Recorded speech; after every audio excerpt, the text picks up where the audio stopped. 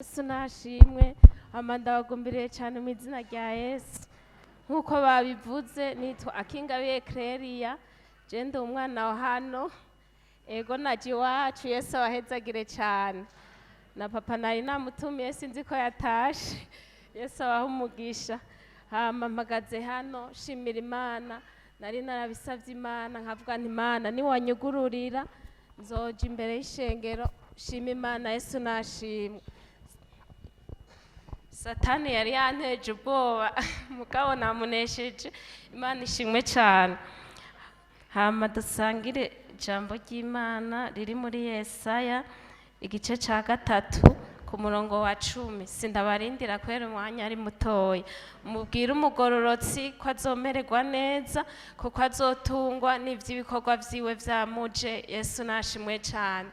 Niri jambo ry'Imana mpagazeko mu gushimira Imana.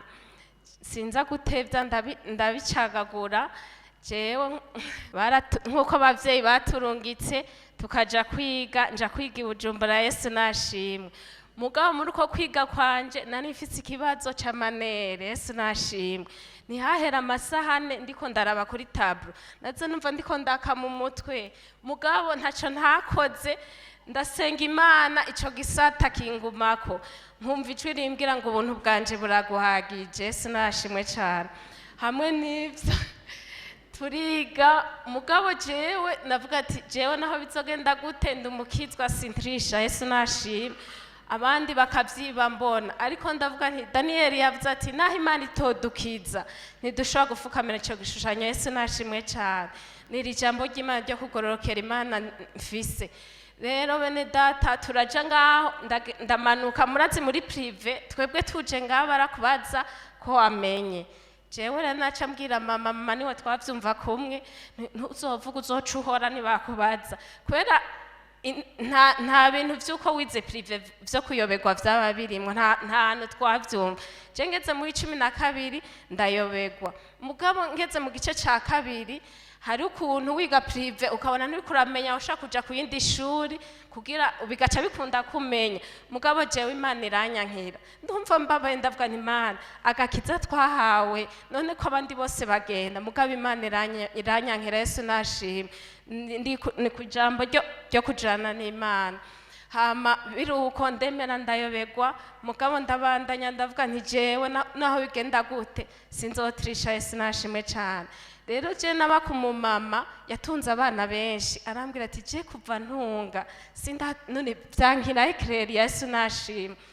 Mbere ndamuhamagara ndamubaza mbega kuvutunga hari umukizwa wari bwatunga arambwira atoye cyo ndambwira niyo bashaka kukunezereza na 80% yataha ni mugabo jewe ndasenga kandi nkiga nkarindira ivy'Imana. Yesu nashimwe.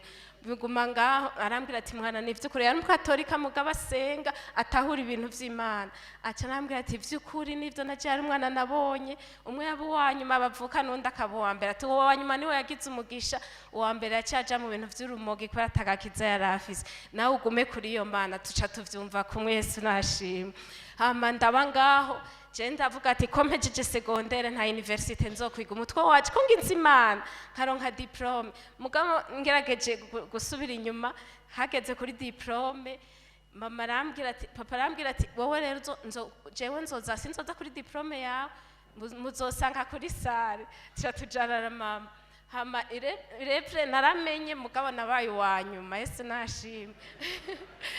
Kubera papa yarabiza tushaka kuba wanyuma nkamaramara. Yesu naje mugabo mama kwera yarakijijwe yarabitahura. Rero mugabo Imana tukaja hano ndibuka hari amasengesho ikabuye kwa 2 Jose Samuel agire ndabona yaje hambwira ntumviriza rero shajote twebwe rero twige kubaha Imana ibi bintu duheze turabiyo bizogarukira nitwubaha Imana izotugirira neza ahantu tubona ko tutazoshika tuzohashika. Yesu nashimwe. Bene data mwumire ku Imana ntitetereza. Rero kwa 2 imisi yose twaca tugenda twara abajene batatu twari twifitiye iryo gerageza uwo mutwara tukagenda tukafukama abamama bahikabuye bakadusengera bakaryo bakatwatura kwimigisha. Yesu nashimwe. Kandi Imana ishimwe ko yatubayeko. hama rero mugabo tugume kuri Imana tuzoheza turabiyo biherera. Yesu nashimwe.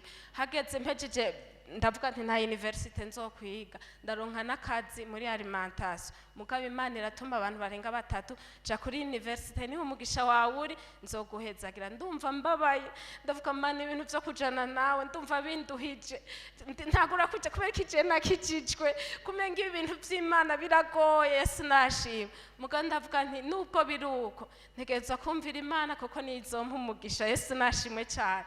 Hama ndemera ndaja kuri university, baratwakira baravuga ati ibikorwa by'Imana bimeze uku.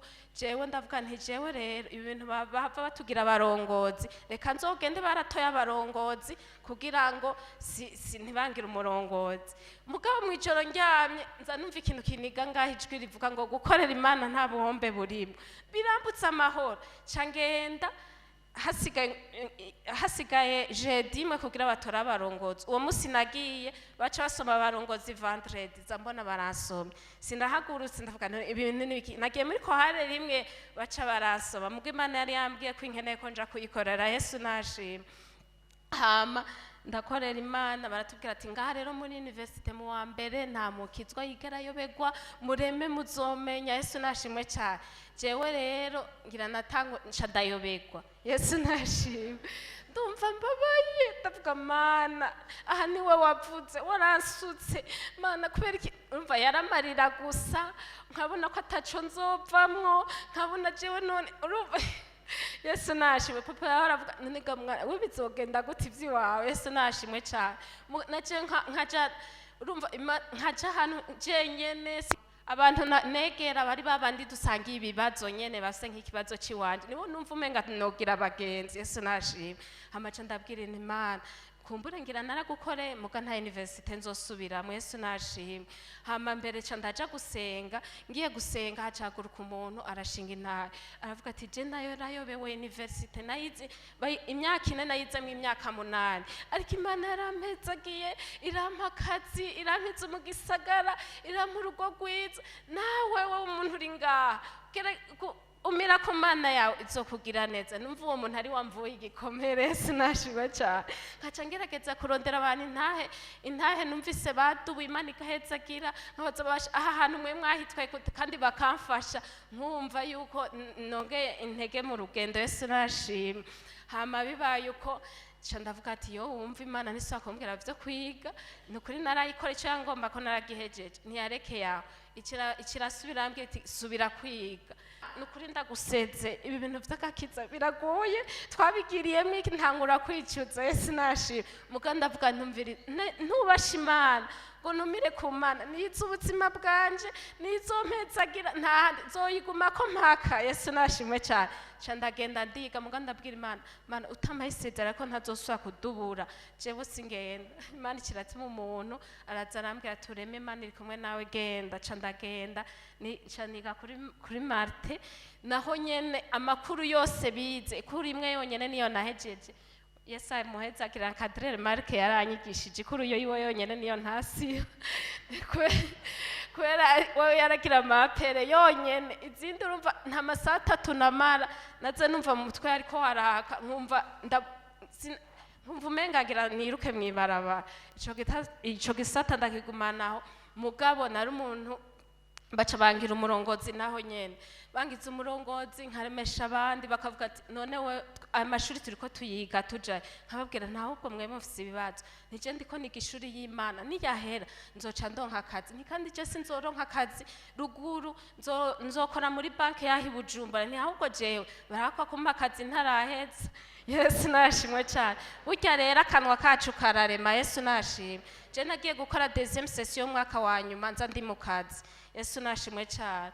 Rero ndashimira Imana, nukuri Imana ntiyantereranye. Imana yarampaye urugo, irampa n'abana 2, irangirira neza, irampa n'urugo rwiza. Bene data nirishimwe, Yesu yarangiriye neza, irampa akazi keza. Nukuri Yesu nahabwa icubahiro. Nyimba hari ikintu Imana yagukoreye uzoza urashima, sivyo none? Ndibuka igihe twadugina narashimye ko Imana yampaye akazi, ikiranyunguruza kubera nayishimye, umushahara nahembwa ikigwiza na fois 2.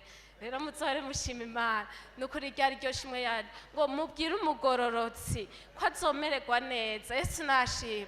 Wa mugororotsi no kubwira nti felicitation, iki gihe ni c'abagororotsi, mureke abanyabyaha bakora ibyaha, mugabo wa mugororotsi uyumireko ipempariti ivyo uriko uracamwo, simpaka abantu bagutahure, simpaka unezereze. Iyo uriko urajana inzira y'Imana simpaka abantu unezereza abantu, ariko wewe ugira iki? Unezereza Imana. Mpora mbwira papa, ndamubaza ni naga papa ubu ntaco ndavamwe, agaca ambwira ati ahubwo ni wowe mwana afise.